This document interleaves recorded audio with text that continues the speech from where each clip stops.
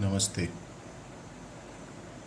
I wanted to share a story of a child which is born in a high altitude mountain and leaves its home. This child goes away and somehow reaches a small village in the valley.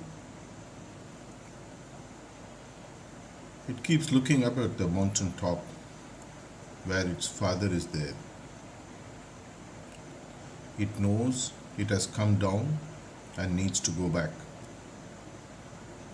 Slowly, over a period of time, it grows up and forgets that it is from the mountains.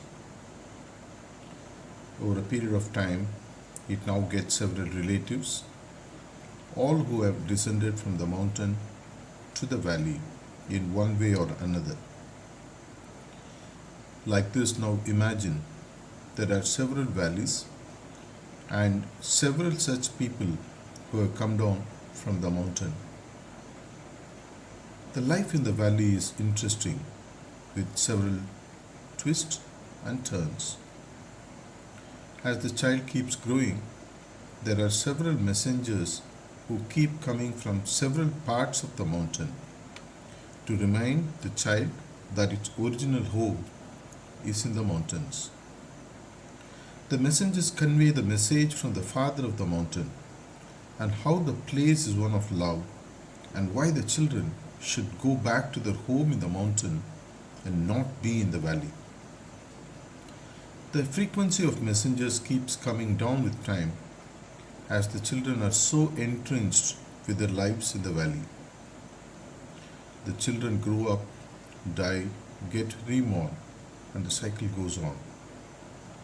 A few children in their subsequent births get strange visions that they belong to the mountains and that they need to unite with their true relative, their father, up there.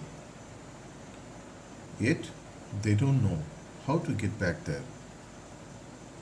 Now the elders in the mountain unite and want to help the children come back home.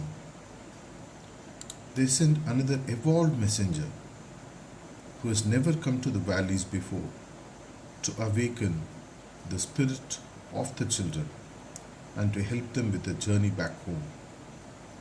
He comes down with touched up tools suited to modern time and demands, and to help the children go back to their home.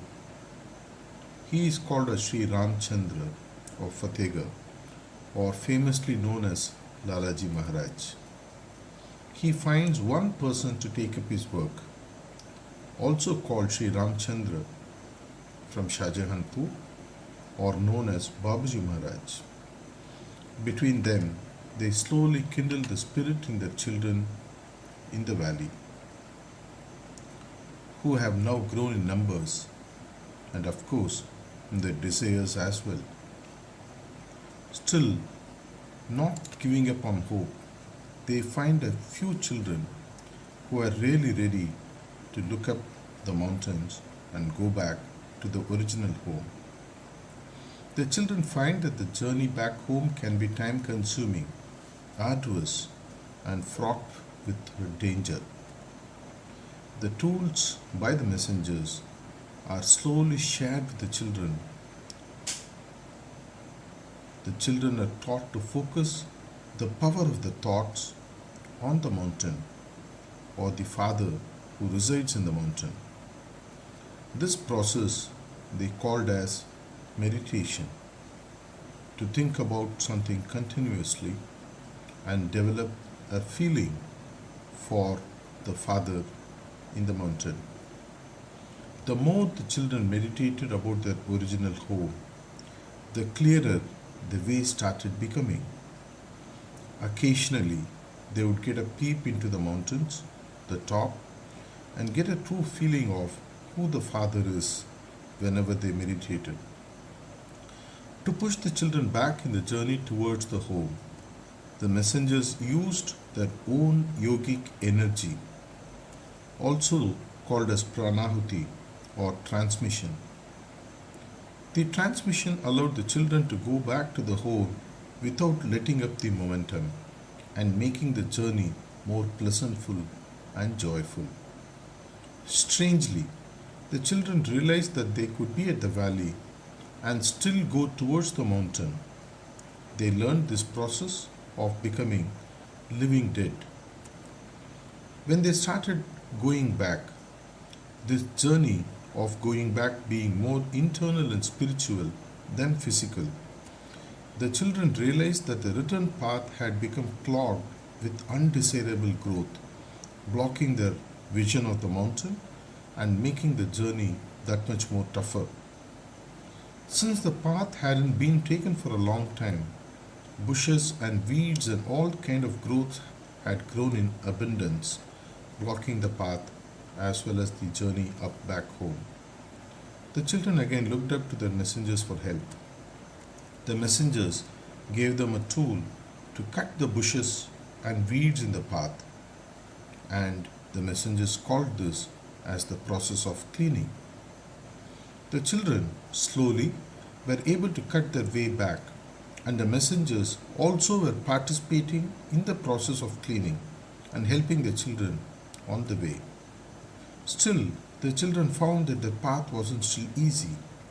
They sat and cried several times from their hearts, tears continuously rolling down their eyes, and their heart aching for a permanent path back to the mountains and to be with their father.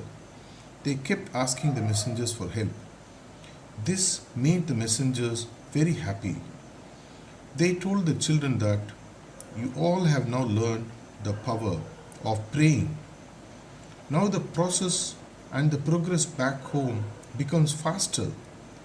The children became more mature and now learnt not to pray for them alone, but also for the children in the valley who were still not clear of going back home and enjoying their presence in the valley, which is called as the earth. The messengers who taught this to them named it as universal prayer. Now the messengers gave another technique to the children. They said that instead of you climbing the mountains, how nice it would be if Father up there comes to you. The children were extremely excited and asked how to develop this. The messengers shared a great secret, which was also their secret of progress and all the earlier messengers. They called it constant remembrance. To be in the remembrance of the Father, the Beloved, who then would be happy to come faster towards the children and take them back to the original home. With this, the children found that internally they could always be in the same condition that prevails on top of the mountains and where the Father is. Now the messengers gave them another tool for faster progress in their journey back home. They said, why don't you help in creating awareness in other children who are with you? Don't you want them to go back to the original home too? You can always help your other brothers and sisters who are on the return path but who are slow. The children who wanted to advance fast towards the goal asked more details about this secret. The messengers said, so all whom we serve. Some children got this message easily and some children were reluctant. But slowly they started embracing this path of service. A strange thing happened now. As they were serving, the children found love growing in their hearts, not just for the messengers who had now become 4 in number, the 2 new messengers being Charaji Maharaj and Daji, but for all the children, whether they were following the path or not. Whatever the messengers were being gratefully accepted by the children, they now became disciplined and obedient. They started writing down their day-to-day journey experiences and the internal feelings they had. The messengers said, you have now learned the art of writing your diary and observing the condition that is being bestowed upon you. As the children's internal progress kept happening and growing, they kept finding newer and newer areas in the path back to the mountain top. They understood them to be regions, points, and circles. They found in their capacity that they could love keeps growing, and the messengers now said, your heart is expanding to include more and more people and love for more and more people. The messengers wanted more people to join the journey back home. Hence, they created more selfless teachers, also called as preceptors. Those who decided to serve in other words were called as volunteers. With all these tools and techniques and shortcuts, the method got itself a natural name called as Sahaj Marg, and the world started noticing it. More and more seekers or children came into the system, and to make it easier for them to adopt the learnings, Heartfulness movement came into existence. Each messenger from above fine-tuned the system and the elements of practice to suit the modern times. This is the progressive story of Sahaj Marg and Heartfulness. You can be an active participant in helping our brothers and sisters to get back to their original homes. Sharpen yourself through the various practice tools and become a shining light. You will start attracting more and more thirsty souls into the fold. May our masters give you the strength, courage, and conviction of purpose to let this become a global movement where every soul would find its way back home. Pranams.